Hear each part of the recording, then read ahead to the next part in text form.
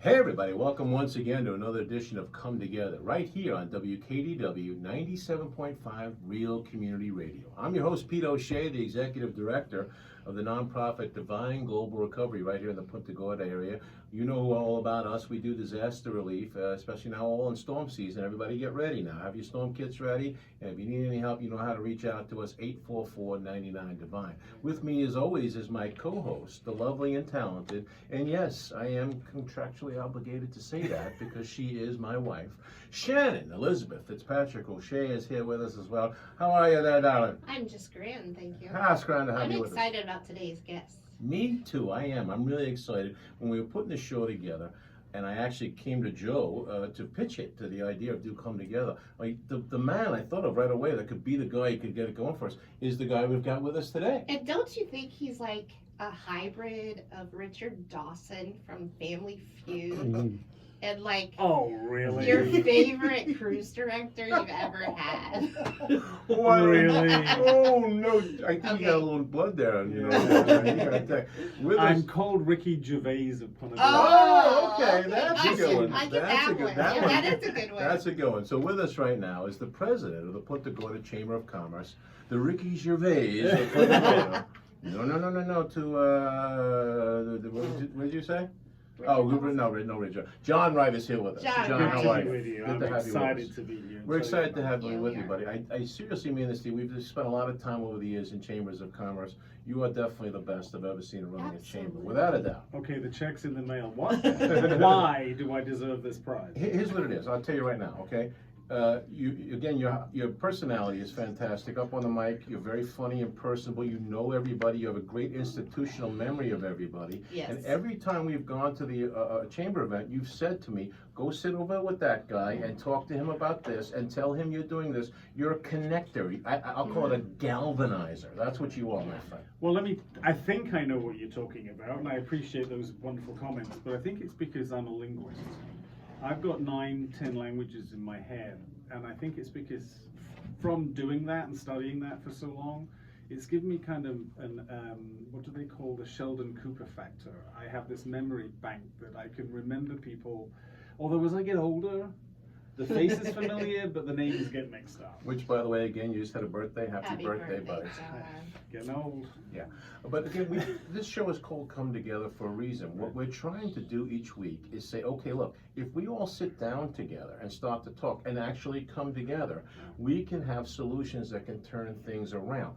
That is what I see. See, again, a lot of chambers of commerce, and we were from the Tampa area, very passive, and there isn't a connectivity. Right. You're the opposite. You're very active, and you're connecting people. You know how to get the good people together. Well, I appreciate that. I came into town after a major hurricane in Punta Gorda in 2004. I have no expertise at that point of running a chamber. I mean, my history is way on a different level. I used to be the marketing director for a very small Scottish company that I'm sure nobody knows of, Johnny Walker. Oh, I think we know about that. Yeah, him. Yeah, he's a troublemaker. He's a good friend of mine. I traveled the world extensively and ended up actually being working for the British consulate in Miami, in control of all the trade that went from the UK to Latin America and the Caribbean. So I had absolutely nothing to do with chambers at that point, although I worked with them. And you're absolutely right. Those chambers that we did go to were normally the bigger ones: Miami, Fort Lauderdale, Broward County, Orlando, Jacksonville, Tampa, and they were passive. I agree with you. If you delivered something to them, then they would react on it. But if you had some genetic idea that you would like to bring, they didn't know how to handle it. Right. What you also do is when somebody becomes a new member, when we first became a member, and I saw you do it again the other night, you sit with that person and you get to know them. You make the relationship, John. Well, you have to That takes understand. but that takes the extra effort and the heart, man. That's what I love about you. You've got a Yeah. great heart. Thank You do. 2006, you got to remember that when I came into Punta Gorda and was, I guess, offered the job, they didn't know who I was or why I was interested in it, but they just said, "You seem like the sort of person that can do this." We had to make some phenomenal changes straight away because we were the new kid on the block. I mean, we didn't become a chamber until after the hurricane of 2004. Really? Okay. The lady that took us into chambership, Donna Heidenreich, tragically passed away within about 6 months of us actually becoming a chamber. And then there was an interim period where they were still floundering. Punta Gorda was still floundering. I mean, you've got to understand that the predecessor of the Punta Gorda Chamber was the Punta Gorda Business Alliance. It had about 80 members, 80 to 100 members, but of those, a good 80% were wiped out by the hurricane. So there was a very small core of people that just said, this is our moment. And this is the moment for the city of Punta Gorda. And you look at Punta Gorda now compared to what it was back in 2004, it's a completely different community. And one of the major roles when I came in was not just working with the businesses and to get them to understand what a Chamber of Commerce did, but it was also to bring people back as residents and visitors to Punta Gorda, because we had a reputation that we didn't have anything to offer because it had all been destroyed.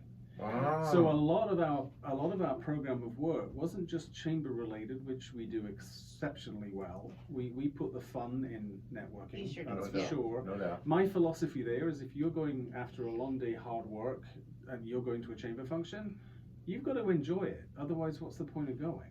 Right. So that's why we make them as interactive and engaging as we possibly can.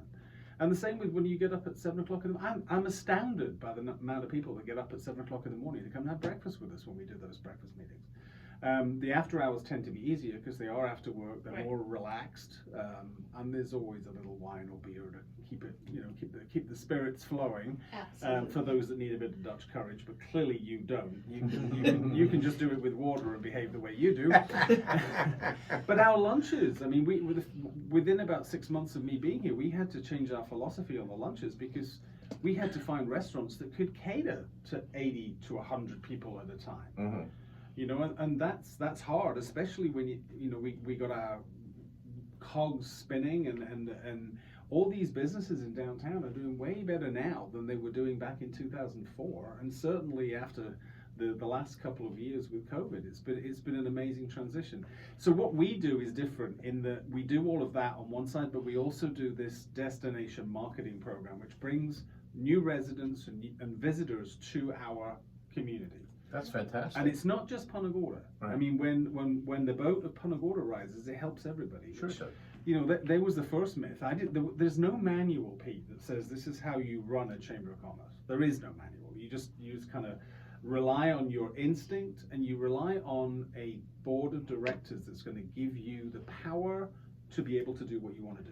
But you also, in a sense, relied on your previous experience, even though it had nothing to do with chambers. But to be a marketing guy for Johnny Walker, to be working for the British consulate, those were skills you learned that you could then bring into this, which gave it a fresh look too, didn't it? Yep, absolutely. Well, nobody knew what they were getting when they got me, that's for sure. They still don't know. Half the time they don't understand. I have people that call just to say they want to hear me speak. Yeah, I'd love for you to do my voice message. Any chance? Oh, sure. Yeah. Speak to my agent. So the destination marketing portion has been a fundamental part, which is why I think in the community we're seen as the person that brings people together, the community builder, because we have put residents and new visitors and businesses together. Now, John, is the upcoming Wine and Jazz Festival part of that destination marketing? Oh, that started in 2005. That was one of the first programs that I was involved in. And now, I mean, when it started back in 2005, it was to show that Punta Gorda